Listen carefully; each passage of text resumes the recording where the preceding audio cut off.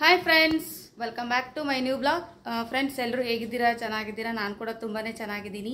So ನೀವು ಕೂಡ ಚೆನ್ನಾಗಿದ್ದೀರಾ ಅಂತ ಅಂದ್ಕೊಂಡಿದ್ದೀನಿ. ಸೊ ನಾನಿವತ್ತು ನಾಗರ ಪಂಚಮಿ ಅಲ್ವಾ, ಹಾಗಾಗಿ ಹಾಲು ಎರೋದಕ್ಕೆ ಹೊರಗೆ ಹೋಗ್ತಾ ಇದ್ದೀವಿ. ಸೊ ಇಲ್ಲೇ ರಾಮ ಮಂದಿರ ಹತ್ರ ಹೋಗ್ತಾ ಇದ್ದೀವಿ. ಸೊ ನಾವು ಮತ್ತು ನಮ್ಮ ಅಣ್ಣನ ಫ್ಯಾಮಿಲಿ ಇಬ್ಬರು ಸೇರ್ಕೊಂಡು ಹೋಗ್ತಾ ಇದ್ದೀವಿ. ಸೊ ನಾನು ಈ ಕಡೆಯಿಂದ ಹೋಗ್ತಾ ಇದ್ದೀನಿ, ಅವ್ರು ಆ ಕಡೆಯಿಂದ ಬರ್ತಾ ಇದ್ದಾರೆ.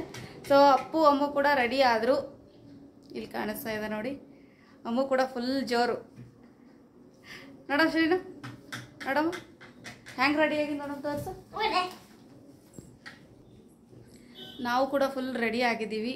ಸೊ ಏನಿಲ್ಲ, ಜಸ್ಟ್ ಈಗ ಹೋಗಿ ಹಾಲು ಎರೆದ್ಬಿಟ್ಟು ಮನೆಗೆ ಬರ್ತೀವಿ. ಸೊ ಅಡುಗೆ ಕೂಡ ರೆಡಿ ಆಯಿತು. ಬೆಳಗ್ಗೆ ಇವತ್ತು ಸ್ವಲ್ಪ ಲೇಟ್ ಮಾಡಿ ಎದ್ದಿರೋದು, ಹಾಗಾಗಿ ಅಡುಗೆ ಸ್ವಲ್ಪ ಬೇಗ ಮಾಡಬೇಕು ಅಂತ ಅಂದ್ಕೊಂಡ್ವಿ, ಬಟ್ ಬೇಗ ಆಗಲಿಲ್ಲ. ಸೊ ಇಲ್ಲೆಲ್ಲ ಪೂಜೆದ್ದು ಐಟಮ್ಸ್ ಎಲ್ಲ ಇಟ್ಕೊಂಡಿದ್ದೀನಿ. ಹೋಗಿ ನಾನು ಅಪ್ಪು ಅಮ್ಮು ಮತ್ತು ಅವರು ಕೂಡ ಹೋಗಿ ಪೂಜೆ ಮುಗಿಸ್ಕೊಂಡು ಮತ್ತೆ ಬರ್ತೀನಿ. ಹಾಗೆ ಅಲ್ಲಿ ವಿಡಿಯೋ ಮಾಡೋಕ್ಕಾಯ್ತು ಅಂದರೆ ವಿಡಿಯೋನ ಮಾಡಿರ್ತೀನಿ. ಸೊ ಇಲ್ಲದೇ ಇದ್ದರೆ ಮನೆಗೆ ಬಂದ ಮೇಲೆ ವಿಡಿಯೋನ ಕಂಟಿನ್ಯೂ ಮಾಡ್ತೀನಿ. ಓಕೆ, ಹಾಗೆ ಇದುವರೆಗೂ ಯಾರೆಲ್ಲ ನಮ್ಮ ಚಾನಲನ್ನು ಸಬ್ಸ್ಕ್ರೈಬ್ ಮಾಡ್ಕೊಂಡಿಲ್ಲ ಅಂತಂದರೆ ಪ್ಲೀಸ್ ಹೋಗಿ ಬೇಗ ಬೇಗ ಸಬ್ಸ್ಕ್ರೈಬ್ ಮಾಡ್ಕೊಳ್ಳಿ. ಸೊ ನೀವು ಸಬ್ಸ್ಕ್ರೈಬ್ ಮಾಡ್ಕೊಳ್ಳೋದ್ರಿಂದ ನನ್ನ ಪ್ರತಿಯೊಂದು ನೋಟಿಫಿಕೇಷನ್ ಫಸ್ಟ್ ನಿಮಗೆ ಬರುತ್ತೆ. ಓಕೆನಾ? ಅಪ್ಪು ಎಲ್ಲರೂ hi, Ammu hi. Ammu full ಮಿಂಚಿಂಗ್, ಭಾರಿ ಸಖತ್ತಾಗಿ ಕಾಣಿಸ್ಲತ್ತಿ ಅಮ್ಮು. Cute cute baby.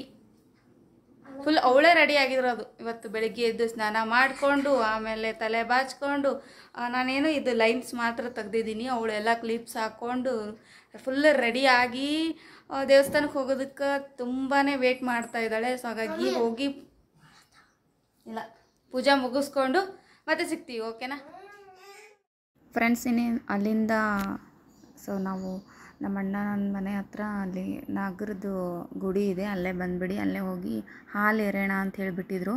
ನಾವು ಕೂಡ ಆ ಕಡೆನೇ ಹೋದ್ರಾಯ್ತು. ನಪ್ಪು ಅಮ್ಮು ಕೂಡ ತುಂಬ ಆಟ ಮಾಡ್ತಾಯಿದ್ರು. ನಮ್ಮ ಅಣ್ಣನ ಮಕ್ಕಳ ಜೊತೆ ಆಟ ಆಡ್ತೀನಿ ಅವ್ರ ಜೊತೆ ಅಂತ ಹೇಳ್ಬಿಟ್ಟು ಅಲ್ಲತ್ತಿದ್ರು.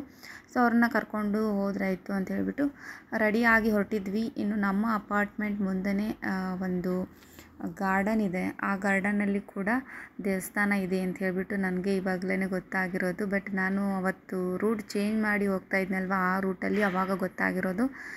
ಇನ್ನು ಆ ಕಡೆ ಎಲ್ಲಿ ಹೋಗೋದು, ಸೊ ಇಲ್ಲೇ ಇದೆ ಅಲ್ವಾ, ಇಲ್ಲೇ ಮಾಡಿಬಿಡೋಣ ಪೂಜೆ ಅಂತ ಹೇಳ್ಬಿಟ್ಟು ಅವ್ರನ್ನೂ ಕೂಡ ನಾವು ಈ ಕಡೆನೇ ಕರೆಸ್ಕೊಂಡ್ವಿ. ಬಟ್ ಅವರಿಗೆ ತುಂಬ ದೂರ ಆಗುತ್ತೆ, ನಮಗೆ ತುಂಬಾ ಹತ್ತಿರ ಆಗುತ್ತೆ. ಇಲ್ಲಿ ಕೂತ್ಕೊಳ್ಳೋದಕ್ಕೆ ಆಮೇಲೆ ಪೂಜೆ ಮಾಡೋದಕ್ಕೆ ತುಂಬಾ ಪ್ಲೇಸ್ ಇದೆ. ಆಮೇಲೆ ಯಾರೂ ಕೂಡ ಜಾಸ್ತಿ ಇರಲಿಲ್ಲ ಅಲ್ವಾ, ಹಾಗಾಗಿ ಹೋಗಿ ಪೂಜೆ ಮುಗಿಸ್ಕೊಂಡು ಮನೆಗೆ ಜಲ್ದಿ ಹೋದ್ರೆ ಆಯಿತು ಅಂತ ಹೇಳ್ಬಿಟ್ಟು ಈ ಕಡೆನೇ ಕರೆಸ್ಕೊಂಡಿದ್ವಿ. ಇನ್ನು ಅವರು ಕೂಡ ಬಂದರು. ಇನ್ನು ಅವರು ನಾವು ಎಲ್ಲರೂ ಸೇರಿ ಪೂಜೆನ ಮಾಡ್ತಾಯಿದ್ದೀವಿ. ಸಿಂಪಲ್ ಅಂತಂದರೆ ಒಂದೇ ಒಂದು ಮೂರ್ತಿ ಇರೋದು, ಚಿಕ್ಕ ಗುಡಿ ಇದೆ. ಬಟ್ ಅದ್ರ ಬಾಜು ಶಿವನ ದೊಡ್ಡದು ಗುಡಿ ಇದೆ. ಅಲ್ಲಿ ಹೋಗಿ ನಾವು ಯಾವಾಗಾದರೂ ಕೂಡ ಟೈಮ್ ಸ್ಪೆಂಡ್ ಮಾಡ್ಬೋದು, ಕೂತ್ಕೋಬೋದು, ದೇವಸ್ಥಾನ ಕೂಡ ಹೋಗ್ಬೋದು ಅಂತ ಹೇಳ್ಬಿಟ್ಟು ನಾವು ಕೂಡ ಇದೇ ಫಸ್ಟ್ ಟೈಮ್ ಬಂದಿರೋದು. ಇನ್ನು ಯಾವಾಗಲಾದರೂ ಬಂದು ಕೂತ್ಕೊಳ್ಳೋದಕ್ಕೆ, ಆಮೇಲೆ ಸೊ ಮಕ್ಕಳನ್ನ ಆಟ ಆಡಿಸೋದಕ್ಕೆ ಪಾರ್ಕ್ ತುಂಬ ಚೆನ್ನಾಗಿದೆ ಅಲ್ಲ ಅಂತ ಹೇಳ್ಬಿಟ್ಟು ನೋಡಿಕೊಂಡ್ರೆ ಹೋದ್ರಾಯಿತು, ಅದಕ್ಕೋಸ್ಕರನಾದರೂ ಅಂಥೇಳಿ ಅವ್ರನ್ನ ಕರೆಸಿ ಪೂಜೆನ ಮಾಡ್ತಾಯಿದ್ದೀವಿ. ಇನ್ನು ನಾವು ಬಂದಿರುವಾಗ ಸ್ವಲ್ಪ ಜನ ಇದ್ದರು, ಅದಾದಮೇಲೆ ನೋಡಿ ತುಂಬ ಜನ ಸೊ ವೆಯ್ಟ್ ಮಾಡ್ತಾಯಿದ್ರು ಪೂಜೆ ಮಾಡೋದು. ಸೊ ಇನ್ನು ಲೈನೆಲ್ಲ ಹಚ್ಬಿಟ್ಟಿದ್ರು. ಈ ಲೈನ್ ಮುಗಿಸ್ಕೊಂಡು ಪೂಜೆ ಮುಗಿಸ್ಕೊಂಡು ಮನೆಗೆ ಹೋಗ್ಬೇಕಂದ್ರೆ ತುಂಬಾ ಲೇಟ್ ಆಗಿಬಿಡುತ್ತೆ ಅಂತ ಹೇಳ್ಬಿಟ್ಟು ನಾವು ಇಬ್ಬರಿಬ್ಬರು ಒಟ್ಟಿಗೆ ಸೇರಿಕೊಂಡು ಪೂಜೆನ ಮಾಡ್ತಾಯಿದ್ದೀವಿ. ಈ ನಾಗರ ಪಂಚಮಿ ಸೊ ಯಾವಾಗಲೂ ನಾವು ಊರಲ್ಲೇ ಮಾಡ್ತಾಯಿದ್ವಿ. ಬಟ್ ಹುಡುಗರದು ಸ್ಕೂಲೆಲ್ಲ ಇರೋದ್ರಿಂದ ಬಿಟ್ಟು ಹೋಗೋಕ್ಕಾಗಲಿಲ್ಲ. ಈಗ ಟೆಸ್ಟೆಲ್ಲ ನಡೀತಾ ಇದೆ ಅಲ್ವಾ, ಹಾಗಾಗಿ ಕರ್ಕೊಂಡೋಗಿ ಮತ್ತೆ ಕರ್ಕೊಂಡು ಬರೋದು ಸುಮ್ಮನೆ ಟೈಮ್ ವೇಸ್ಟ್ ಆಗಿಬಿಡುತ್ತೆ ಅಂತ ಹೇಳ್ಬಿಟ್ಟು ಈ ವರ್ಷ ಇಲ್ಲೇ ಮಾಡೋಣ ಪೂಜೆ ಅಂತ ಅಂದ್ಕೊಂಡಿದ್ದೀವಿ. ಇನ್ನು ನಮ್ಮ ಅತ್ತೆಗಂತೂ ಬಿಟ್ಟು ನಾನು ಪೂಜೆ ಮಾಡ್ತಾ ಇರೋದು ಇದೇ ಫಸ್ಟ್ ಟೈಮ್. ಸೊ ಯಾರಾದರೂ ನನ್ನ ಜೊತೆ ಇರಲೇಬೇಕು ಅಂದರೆ ನನಗೂ ಕೂಡ ತುಂಬಾ ಇಂಟ್ರೆಸ್ಟ್ ಬರುತ್ತೆ ಪೂಜೆ ಪುನಸ್ಕಾರಗಳೆಲ್ಲ ಮಾಡೋದಕ್ಕೆ. ಇನ್ನು ಪೂಜೆ ಎಲ್ಲ ಮುಗಿತಲ್ವ, ಅಲ್ಲಿ ಪ್ರಸಾದ ತೊಗೊಂಡು ಇನ್ನು ಮನೆಗೆ ಬಂದ್ವಿ. ಮನೆಗೆ ಬರಬೇಕಾದ್ರೆ ಕೆಲವೊಂದು ನೇಮ ನಿಷ್ಠೆಗಳೆಲ್ಲ ಮಾಡಲೇಬೇಕಲ್ವ. ನಾವೆಷ್ಟೇ ಮುಂದುವರೆದ್ರೂ ಹಳೆಯ ಸಂಪ್ರದಾಯಗಳನ್ನು ನಾವು ಮರಿಬಾರ್ದು. ಅದು ನಮ್ಮ ಶ್ರೇಯಸ್ಸಿಗಾಗಿ ಮಾಡಿರೋದು. ನಾವು ಈಗೆಲ್ಲ ಸ್ವಲ್ಪ ಅಪ್ಡೇಟ್ ಆಗಬೇಕು, ಹಾಗೆ ಹೀಗೆ ಅಂತೆಲ್ಲ ಹೇಳ್ತಿರ್ತಾರೆ. ಬಟ್ ಅದನ್ನೆಲ್ಲ ಸೈಡಿಗೆ ಇಟ್ಬಿಟ್ಟು ಮಕ್ಕಳಿಗೂ ಕೂಡ ನಾವು ಹೇಳ್ಕೊಡ್ಬೇಕು. ಇನ್ನು ನಾವು ಹೇಳ್ಕೊಡ್ದೆ ಮತ್ತಾರೆಲ್ಲ ಹೇಳ್ಕೊಡ್ತಾರೆ, ಹೌದಲ್ವಾ? ಈಗಿನ ಟೆಕ್ನಾಲಜಿಗೆ ಇದನ್ನೆಲ್ಲ ಹೇಳೋಕ್ಕಾಗಲ್ಲ. ಇನ್ನು ನಾವೇ ಅರ್ಥ ಮಾಡಿಸ್ಬೇಕು ನಮ್ಮ ಮಕ್ಕಳಿಗೆ. ಇನ್ನು ಅಲ್ಲಿಂದ ಕರ್ಕಿ ಮತ್ತು ಕೆಲವೊಂದು ಹಣ್ಣುಗಳನ್ನು ತೊಗೊಂಡು ಬಂದು ಹೊಸ್ತಿಲ ಮೇಲೆ ಇಟ್ಟು ಪೂಜೆ ಮಾಡಿ ನಮಸ್ಕಾರ ಮಾಡಿ ಅದಾದಮೇಲೆ ಹೋಗಿ ಮನೆಯಲ್ಲಿ ಎಷ್ಟು ಹೊಸ್ತಿಲುಗಳಿರುತ್ತೆ ಅಷ್ಟು ಹೊಸ್ತಿಲುಗಳಿಗೆ ಇಟ್ಟು ಪೂಜೆ ಮಾಡ್ತಾರೆ. ಬಟ್ ನಾನಿಲ್ಲಿ 2ಕ್ಕೆ ನಾನು ಇಡ್ತಾಯಿದ್ದೀನಿ. ಇನ್ನು ಪೂಜೆ ಎಲ್ಲ ಮಾಡಿ ಇನ್ನು ಮನೆಯಲ್ಲಿ ಕೂಡ ನೈವೇದ್ಯ ಎಲ್ಲ ಹಿಡಿದು ಹೋಗಿದ್ನಲ್ವ, ಇನ್ನು ಅವ್ರು ಕೂಡ ಬಂದುಬಿಡ್ತಾರೆ. ಇನ್ನು ಅವ್ರು ಬರೋಷ್ಟೊತ್ತಿಗೆ ನನ್ನ ಅಡುಗೆ ಕೂಡ ಸ್ವಲ್ಪ ಅರ್ಧ ಮಾಡಬೇಕು, ಇನ್ನೂ ಅರ್ಧ ಬಿಟ್ಟು ಹೋಗಿದ್ದೆ. ಬಂದ ಮೇಲೆ ಮಾಡಿಕೊಂಡ್ರೆ ಆಯಿತು ಅಂತ ಹೇಳಿಬಿಟ್ಟು ಅಷ್ಟೇ ಬಿಟ್ಟು ಹೋಗಿದೆ. ಬಿಕಾಸ್ ನಾನು ಒಬ್ಬಳೇ ಇರೋದ್ರಿಂದ ಎಲ್ಲ ಕೆಲಸಗಳು ಒಟ್ಟೊಟ್ಟಿಗೆ ಮಾಡೋದು ತುಂಬ ಕಷ್ಟ ಆಗುತ್ತೆ. ಅದರಲ್ಲೂ ನಾನು ಫಸ್ಟ್ ಟೈಮ್ ನಮ್ಮ ಅತ್ತೆ ಇಲ್ಲದೇ ಇರುವಾಗ ಹೋಳಿಗೆ ಮಾಡಿರೋದು ತುಂಬಾ ಚೆನ್ನಾಗಿ ಬಂದಿತ್ತು. ನನಗೆ ಗೊತ್ತಿಲ್ಲ ನಾನು ಎಷ್ಟು ಚೆನ್ನಾಗಿ ಹೋಳಿಗೆ ಮಾಡ್ತೀನಿ ಅಂತ ಹೇಳ್ಬಿಟ್ಟು ನಮ್ಮ ಅತ್ತೆಗೆ ಹೇಳಿದ್ರೆ ತುಂಬಾ ಖುಷಿ ಪಡ್ತಾರೆ. ಯಾವಾಗಲೂ ಅವರೇ ಮಾಡಿ ನಮಗೆ ಊಟ ಮಾಡಿಸ್ತಾರೆ. ಹಾಗಾಗಿ ನನಗೆ ಅದ್ರ ಬಗ್ಗೆ ಅಷ್ಟೊಂದು ತಲೆನೇ ಕೆಡಿಸ್ಕೊಂಡಿರಲಿಲ್ಲ.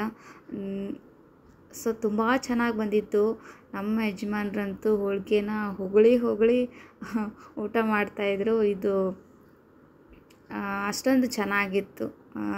ಹೊಗಳಿ ಅಂತಂದರೆ ಅದನ್ನು ತಪ್ಪರ್ಥ ಮಾಡ್ಕೊಳ್ಳೋಕೆ ಹೋಗಬೇಡಿ, ತುಂಬ ಚೆನ್ನಾಗಿತ್ತು ಅಷ್ಟೇ. ಸೊ ನಿಮಗೆ ಯಾರಿಗೆಲ್ಲ ಚೆನ್ನಾಗಿ ಹೋಳಿಗೆ ಮಾಡ್ತೀರ, ಯಾರ್ದು ಹೆಲ್ಪ್ ತೊಗೋಬಾರ್ದು ಆ ಥರ ಮಾಡ್ತಾಯಿದ್ರೆ ಕಮೆಂಟ್ ಮಾಡಿ. ಇನ್ನು ಸಿಟಿ ಸೈಡೆಲ್ಲ ಸ್ವಲ್ಪ ಮನೆಯಲ್ಲಿ ಈ ಥರ ಮಾಡೋದು ಕಡಿಮೆನೇ. ಹೊರಗಡೆ ತೊಗೊಂಬಂದು ಊಟ ಮಾಡಿಸ್ತಾರೆ. ಅವತ್ತಿನ ಪೂಜೆದು ಎಷ್ಟಿರುತ್ತೋ ಅಷ್ಟಿಗೆಲ್ಲ ಮನೆಗೆ ಡೆಲಿವರಿ ಮಾಡ್ತಾರಲ್ವ, ಆ ಥರ ಮಾಡ್ತಿರ್ತಾರೆ. ಸೊ ನಾನು ಎಲ್ಲನೂ ಟ್ರೈ ಮಾಡಬೇಕು, ಕಲಿಬೇಕು ಅನ್ನೋದಕ್ಕೋಸ್ಕರ ಬೆಳಗ್ಗೆ ಎದ್ದು ಮಾಡಿದ್ದೆ. ಅಷ್ಟು ಚೆನ್ನಾಗಿ ಬಂದಿತ್ತು. ಬಿಕಾಸ್ ಫೋಟೋಸ್ ಕೂಡ ನಾನು ಹಾಕಿಲ್ಲ, ಯಾಕಂದರೆ ಅಷ್ಟು ಚೆನ್ನಾಗಿ ಬಂದಿತ್ತಲ್ವ, ವಿಡಿಯೋ ಕೂಡ ಮಾಡಿಕೊಂಡೇ ಇಲ್ಲ ನಾನು.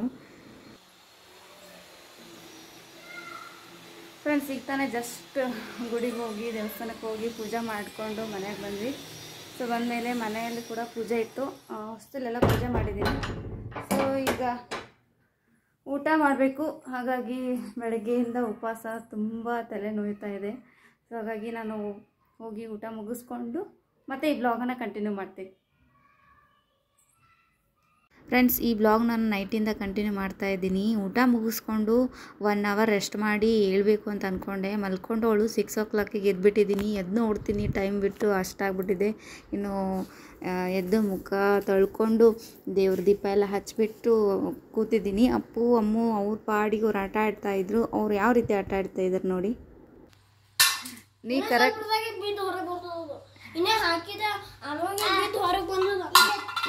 ಇಲ್ಲ ಅಪ್ಪು, ನೀ ಕರೆಕ್ಟ್ ಆಗ್ತೀನಿ ನಿಂತು ಹಾಕಿ ಸ್ವಲ್ಪ ಪ್ಲೇಸ್ ಕದಿದ್ದಾಳ, ಮುಂದೆ ಬರ್ತಾಳ ಕಾಲೇ. ಹ್ಞೂ, ಆ ಗೇರ ಮಾಡಿ ಅಂದ್ರೆ ಫೈನಲ್ ಆ ಗೇರ ಮುಂದೆ ನಿಂದಿರ್ಬೇಕು.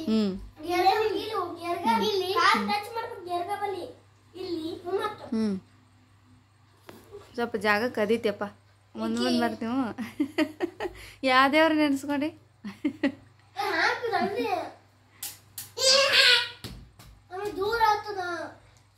ಹಾಕ್ಬೇಕಂದ್ರೆ ಹಾಕದಂಗ.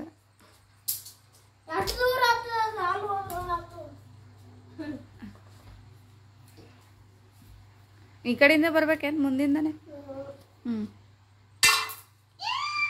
3 ಇರಬೇಕು ಒಟ್ಟು ಆಪ್ಷನ್ಸ್. 3 ಇರಬೇಕು, ಒಟ್ಟು 3 ಇರಬೇಕು. 3 ಹಾಕಬೇಕು, 3ದ 1 ಬೀಳಬೇಕು. ಫ್ರೆಂಡ್ಸ್, ಇವರಿಬ್ಬರು ಒಟ್ಟಿಗೆ ಆಟ ಆಡ್ತಾಯಿದ್ರು. ನಾನು ಎದ್ದು ನೋಡ್ತಾ ಇದ್ದೆ. ಇನ್ನು ಆಟ ಆಡೋದು ಸಮಯದಲ್ಲಿ ಅವರಿಬ್ಬರು ಜಗಳ ಆಡ್ಬಿಡ್ತಾರೆ. ಯಾಕಂದರೆ ಆಟ ಥರ ಆಡೋದಿಲ್ಲ, ತುಂಬ ಸೀರಿಯಸ್ ಆಗಿ ಆಡ್ಲಿಕ್ಕೆ ಹೋಗ್ತಾರೆ. ಅದು ಅಮ್ಮು ತುಂಬ ಚೇಷ್ಟೆ ಮಾಡಿಬಿಡ್ತಾಳೆ.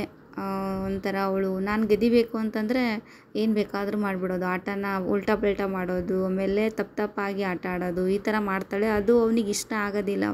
ಅವ ಫುಲ್ ರೇಜ್ ಆಗಿ ಹೊಡೆಯೋಕ್ಕೆ ಹೋಗ್ಬಿಡ್ತಾನೆ. ಹಾಗಾಗಿ ಇಬ್ಬರನ್ನ ಒಟ್ಟಿಗೆ ಆಟ ಆಡೋದಕ್ಕೆ ನಾನು ಬಿಡೋದೇ ಇಲ್ಲ.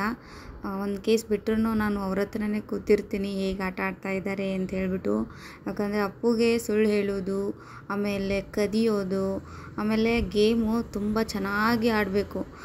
ಕ್ಯಾರಮ್ ಇತ್ತು ಅಂದರೆ ಕಾಯಿಗಳೆಲ್ಲ ಕದಿಯೋದು, ಆ ಬೀಳದೇ ಇರೋ ಕಾಯಿಗಳನ್ನು ತಾನೇ ಹಾಕೋದು. ಚೆಸ್ ಆಡ್ತಾಯಿದ್ರೆ ಅಂದರೆ ಸಿಕ್ಕಾಪಟ್ಟೆ ತರಲೆ ಅವಳು. ಯಾರನ್ನ ಬೇಕಾದ್ರೂ ನನಗೆ ಇಷ್ಟ ಬಂದವ್ರಿಗೆ ನಾನು ಹೊಡಿತೀನಿ, ನಿನಗೆ ಇಷ್ಟ ಬಂದವ್ರನ್ನ ನಾನು ಕೊಲೆ ಮಾಡ್ತೀನಿ ಅಂತ ಹೇಳ್ಬಿಟ್ಟು ಆಟ ಆಡ್ತಾಳೆ. ಅದಕ್ಕೋಸ್ಕರ ಹಾಗಾಗಿ ನಾನು ಅವ್ರ ಹತ್ರನೇ ಇದ್ದಿರ್ತೀನಿ. ಫ್ರೆಂಡ್ಸ್ ಈಗ ತಾನೇ ನಾನು ಜಸ್ಟ್ ಡ್ರೆಸ್ ಚೇಂಜ್ ಮಾಡಿಕೊಂಡು ಸುಮ್ಮನೆ ಕೂತಿದ್ದೆ. ಅವ್ರದ್ದು ಗೇಮ್ ನಡೀತಾ ಇದೆ ಮನೇಲಿ, ಏನಾದರೂ ಒಂದು ಗೇಮ್ ಆಡ್ತಿರ್ತಾರೆ. ಸೊ ನಾವು ಹೇಳೋದು ಬೇಕಾಗಿಲ್ಲ. ನನಗೆ ಆಲ್ಮೋಸ್ಟ್ ಈಗಿನ ಗೇಮ್ಗಿಂತಲೂ ಓಲ್ಡ್ ಗೇಮ್ಗಳಿರುತ್ತಲ್ಲ ತುಂಬ ಇಷ್ಟ ಆಗಿಬಿಡುತ್ತೆ. ಬಿಕಾಸ್ ಅದರಿಂದ ತುಂಬಾ ರಿಲ್ಯಾಕ್ಸ್ ಸಿಗುತ್ತೆ. ಈಗಿನ ಗೇಮ್ಗಳೆಲ್ಲ ಅಷ್ಟೊಂದು ಹೇಳೋದು ಇಂಟ್ರೆಸ್ಟ್ ಇಲ್ಲ. ಚೀಟಿ ಆಡೋದು, ಕ್ಯಾರಮ್ ಎಲ್ಲ ಕಾಯಿಗಳನ್ನು ಆಡೋದು, ಆಮೇಲೆ ಚಕ್ಕರ್ ಆಡೋದು, ಆಮೇಲೆ ಏನೋ ಇದ್ರು ಕುಂಟೆಪಿಲ್ಲೆ ಆಡೋದು, ಆಮೇಲೆ ಭಾಳಷ್ಟು ಗೇಮ್ಗಳಿದೆ. ಆ ಗೇಮ್ಗಳು ಆಡಿಸ್ಬೇಕು ಇವ್ರಿಗೆ. ನಾನು ಒಂದು ಸ್ವಲ್ಪ ದಿನ ಟೈಮ್ ತೊಗೊಂಡು ಓಲ್ಡ್ ಗೇಮ್ಗಳನ್ನು ಆಡ್ಸೋಣ ಅಂತೇಳಿ ಅಂದ್ಕೊಂಡಿದ್ದೀನಿ. ಈಗಿನ ಗೇಮ್ಗಳೆಲ್ಲ ಆಡೋದಕ್ಕೆ ಅವರಿಗೂ ಇಂಟ್ರೆಸ್ಟ್ ಇಲ್ಲ, ನಮಗೂ ಕೂಡ ಇಂಟ್ರೆಸ್ಟ್ ಆಡ್ಸೋದಕ್ಕೆ. ಸೊ ಈಗ ಹೋಗಿ ಸ್ವಲ್ಪ ಊಟಕ್ಕೆ ರೆಡಿ ಮಾಡ್ತೀನಿ. ಹಾಗಾಗಿ ಸೊ ಇವತ್ತಿನ ಬ್ಲಾಗ್ ನಾನು ಇಲ್ಲಿಗೆ ಎಂಡ್ ಮಾಡಬೇಕು ಅಂತ ಅಂದ್ಕೊಂಡಿದ್ದೀನಿ. ಐ ಹೋಪ್ ಈ ವಿಡಿಯೋ ತಮ್ಮೆಲ್ಲರಿಗೂ ಇಷ್ಟ ಆಗಿತ್ತು ಅಂದರೆ ಲೈಕ್ ಮಾಡಿ, ಶೇರ್ ಮಾಡಿ. ಅಮ್ಮು ಇಲ್ವಾ? ಲೈಕ್ ಮಾಡಿ, ಶೇರ್ ಮಾಡಿ,